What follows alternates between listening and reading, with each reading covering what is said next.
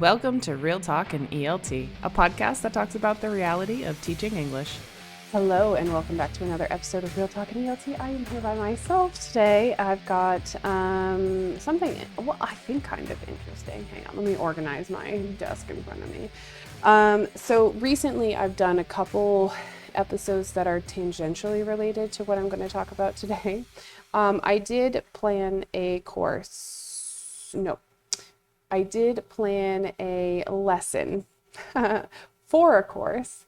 It was for a CELTA course. And so I just kind of went through how to look at lesson planning when it comes to kind of like institutional courses like CELTA or CERT TESOL, things like that. And so I just kind of gave you, not a complete lesson plan, first of all. It was not a complete lesson plan. Also, I was looking at a listening. It was an authentic listening from YouTube, and I kind of went through how I would plan it and the procedure and things like that. I didn't do all of the language analysis.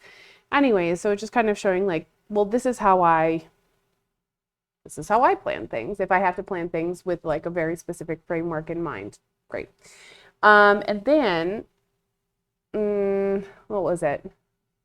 Maybe a week ago, I recorded something regarding my thoughts about course books and how we need to look at course books a little bit differently, and teachers need to take kind of responsibility in being able to look at something and say, does this serve a purpose, and why am I using this? I can't just blindly follow course books if it's not going to serve the purpose of my students, etc., etc. So I got a couple responses, a couple messages back and forth. And so I figured, well, today what I'm going to do is I'm going to show you kind of what I've meant by that, what kind of a mix of these two things, right? So let me first give you the profile of a student, which will kind of give you a nice understanding of how I go about these types of things. So profile of my student. He's in his 30s. He works for an international, it's an American company in the automotive industry. He's been working there for the past 5 to 7 years. He's recently been promoted into a lead position where he has a team, and he is responsible for, he's an engineer, like a mechanical engineer, but he's responsible for kind of quality assurance. And so what he does is he goes out into the field a lot with his customers, and he needs to do quality control testing there, problem solving, things along those lines. So he has a lot of contact with his customer base, and his team does as well. Then what else can I tell you about him? So linguistically speaking, so that's kind of his background. Linguistically speaking, he's at roughly a B1 level, B1-ish. I'll give him a B1 plus in some things. He's studied outside of Brazil before. He has gone to the US and done like those schools where you stay for a couple months. And so he's kind of lived in the culture. His production in terms of orally speaking is fluent but not accurate at the level that he should be at. It's fluent but not accurate. Of course, there's construction going on in the street, so this is why I decided to record an episode today. He has a lot of difficulty in receptive skills when there's longer texts. If it's a shorter text, then he can follow quite well, and he can really pick out details and understand the general meaning of things. But when it goes beyond a certain point, he struggles. So text length is a really big barrier for him. And he has, I would say, for his proficiency level, and talking specifically about working in Bell scenarios, he has a limited limited vocabulary. He does quite often use really appropriate functional exponents, but in terms of construction, he struggles a bit with the accuracy because of his limited lexical repertoire that he has. He's a good student.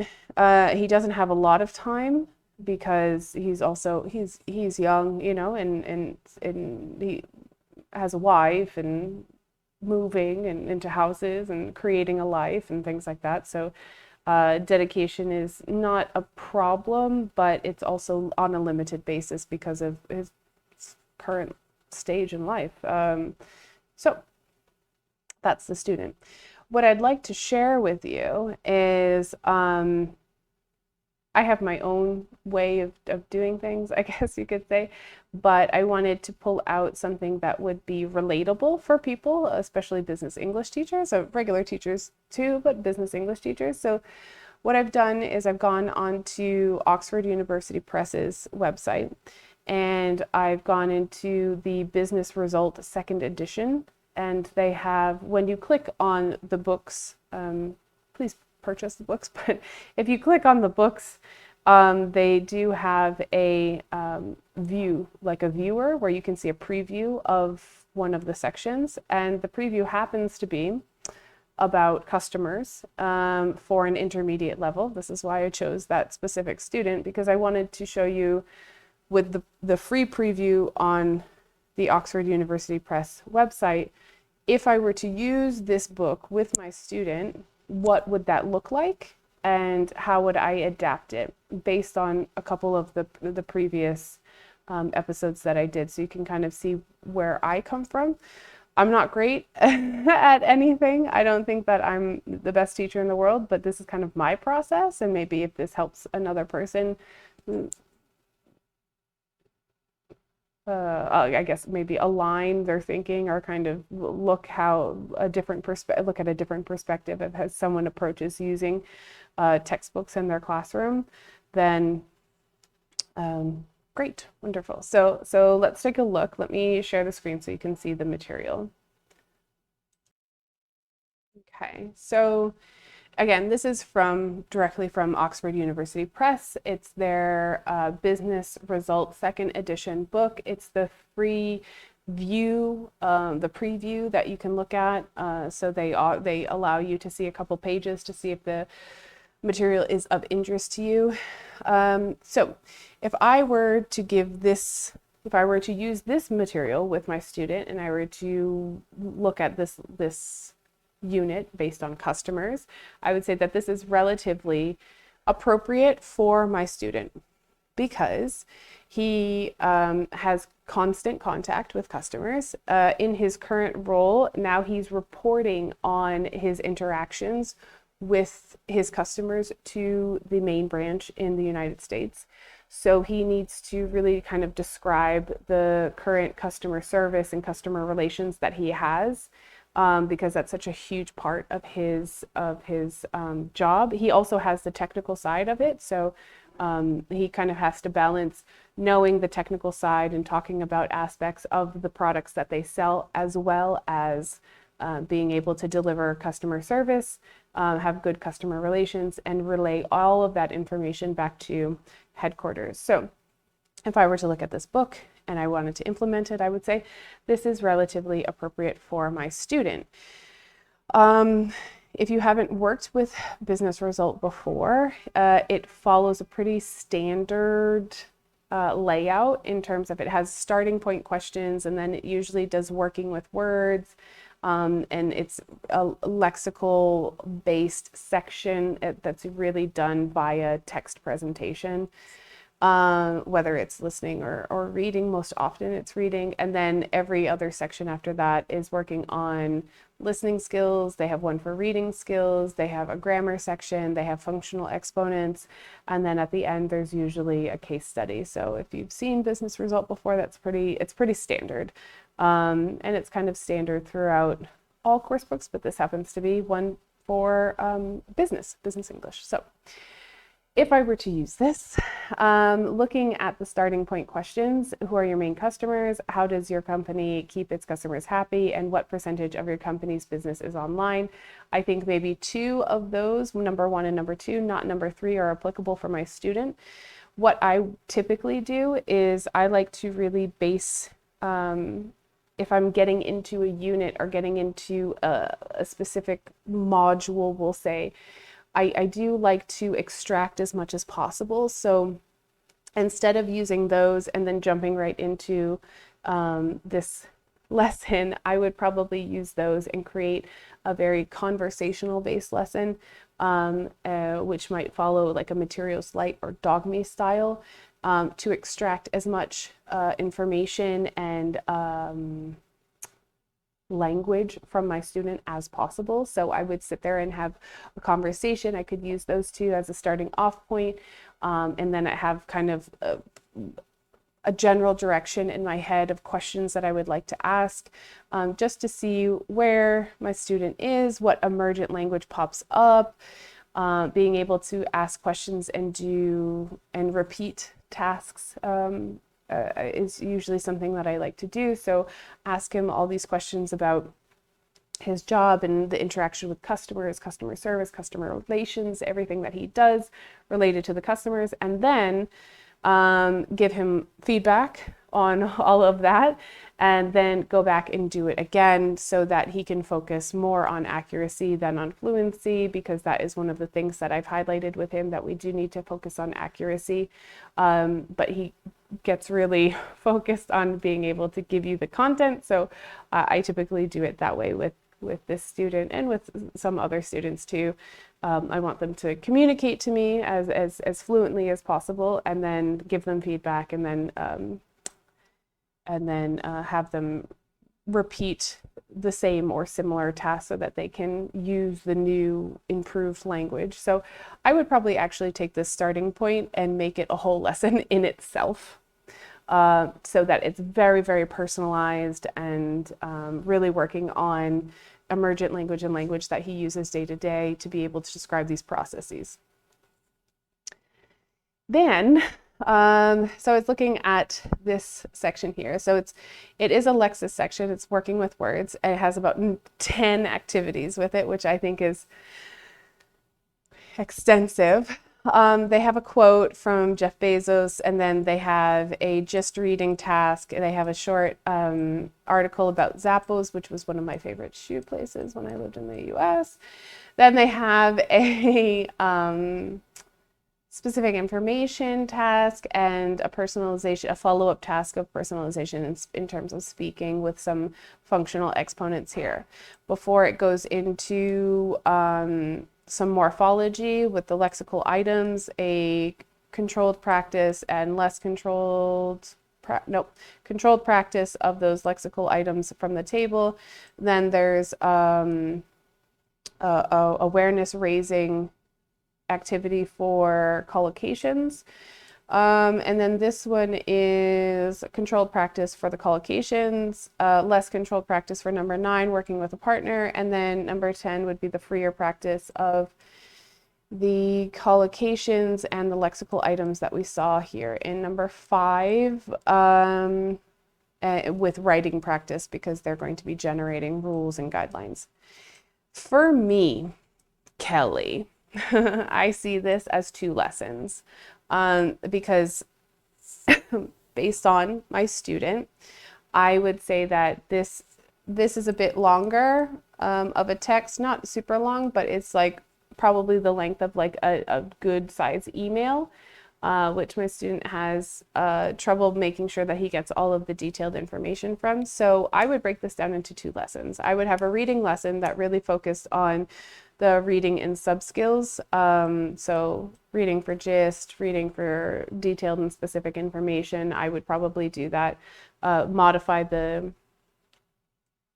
this activity here, number 3, of what the numbers refer to. I'd probably add an additional thing so that he would have more practice, additional activity, so we'd have more practice on reading for specific information than reading for details.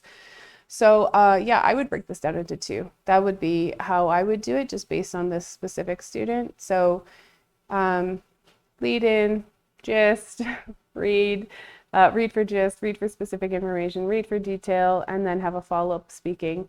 And I think that would be sufficient for me, because I like to make sure that my students have time to reflect on appropriate strategies for reading, and making sure that the strategies are applied appropriately, and if they're not, what we can do to problem solve things in the future. So I would make that into a reading lesson. And then the next class after that, I would make this with the morphology of the lexical items and collocations.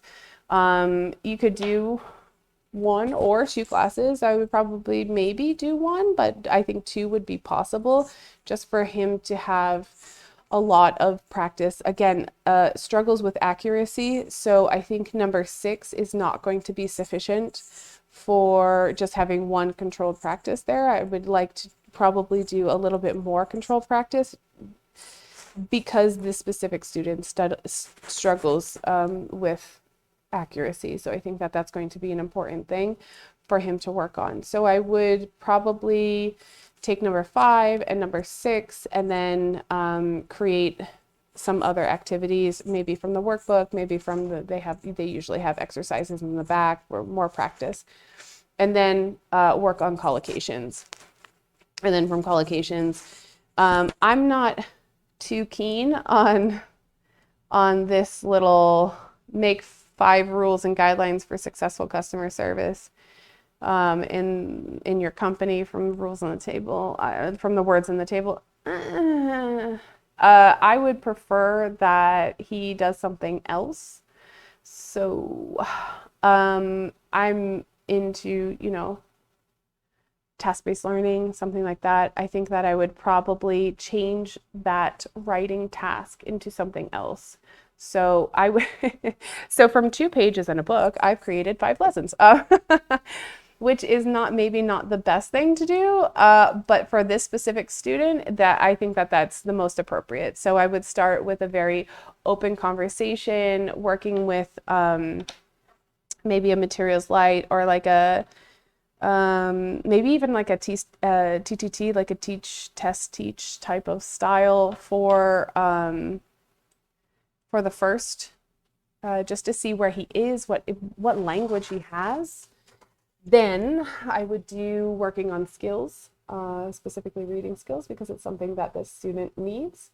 And so I would take this this general outline and adapt it just slightly, so that there's a little more emphasis on him reading for detailed information and for specific, or details and specific information, because it's something that he struggles with. Then I think the next lesson would be on the morphology, really focused on accuracy. So that would be the 3rd lesson. The 4th lesson would be on collocations, and trying to include the lexical items that came previously.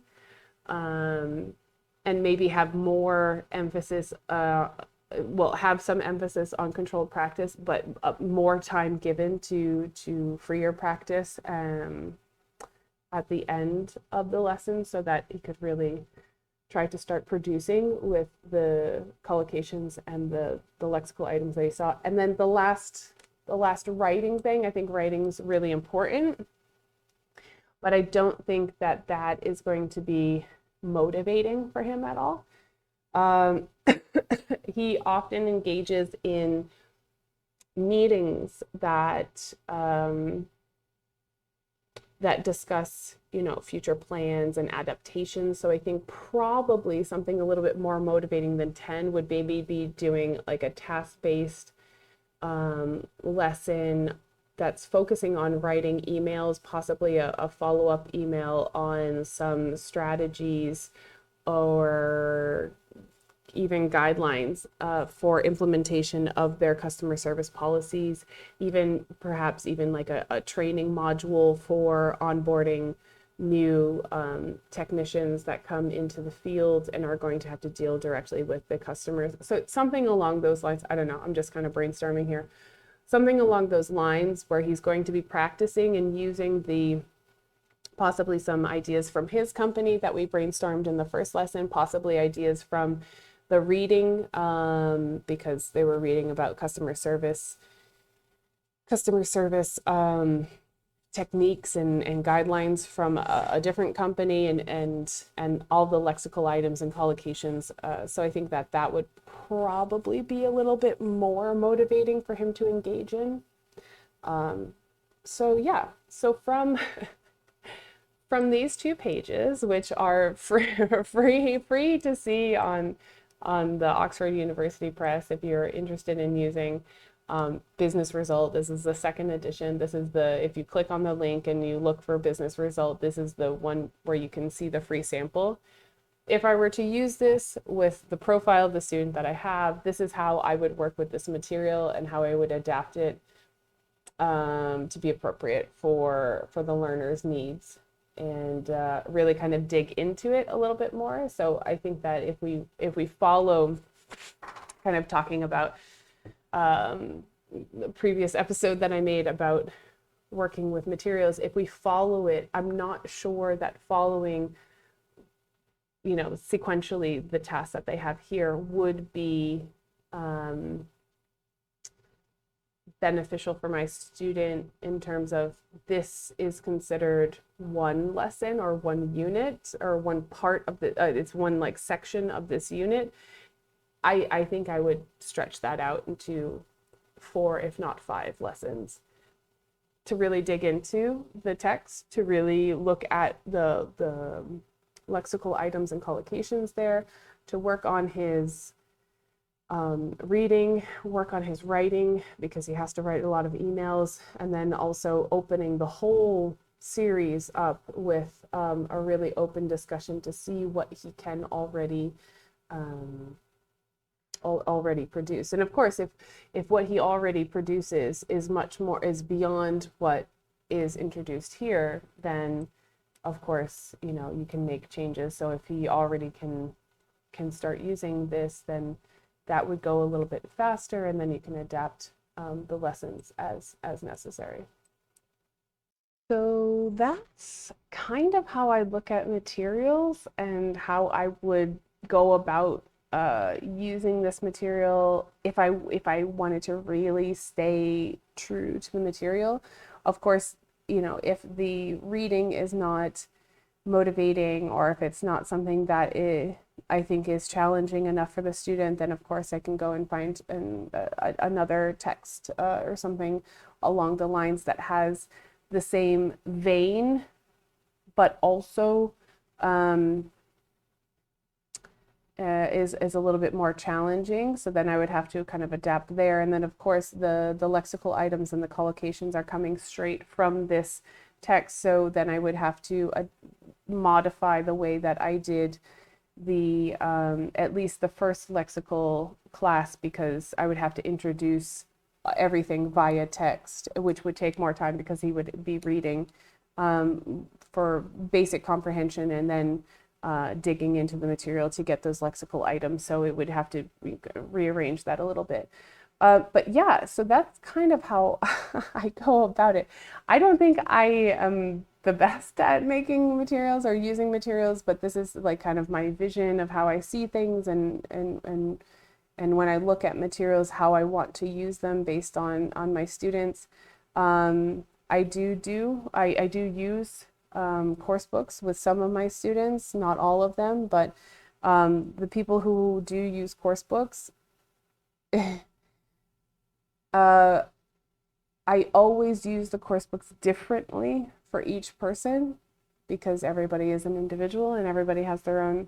So even though they're following primarily following a course book with, of course, adaptations, and I substitute material a lot of the time, and et cetera, et cetera. I modify things a lot. I just use it as a kind of a platform to say, okay, yeah, this is good, but I want to emphasize this, that, or the other. So then I'm going to modify this here and there and really kind of make it my own. So that's, again, that's how I handle things. I don't know if this is helpful for anybody, but I know that when I collaborative lesson planning with other teachers and other professionals, it's actually quite helpful for me to see perspectives of other people, like how we look at things and why we would judge things. So I'm not saying that I would always use this. I'm not in any affiliation with Oxford University Press. I'm not promoting their materials in any way, shape, or form. You can use whatever materials you find suit best, but this is one of the samples that they offer online, and that's how I would use it if I were using this material with one of very, very specific student that this would attend to some of his needs. Yes. Feel free to comment if you have any other interpretations or if you use this in a different way. I would love to know, and I will be back with more and see everyone soon. Thanks for tuning in to another episode of Real Talk and ELT. Want to join the conversation? Head on over to Instagram at Kelly Pennington ELT and send me a message.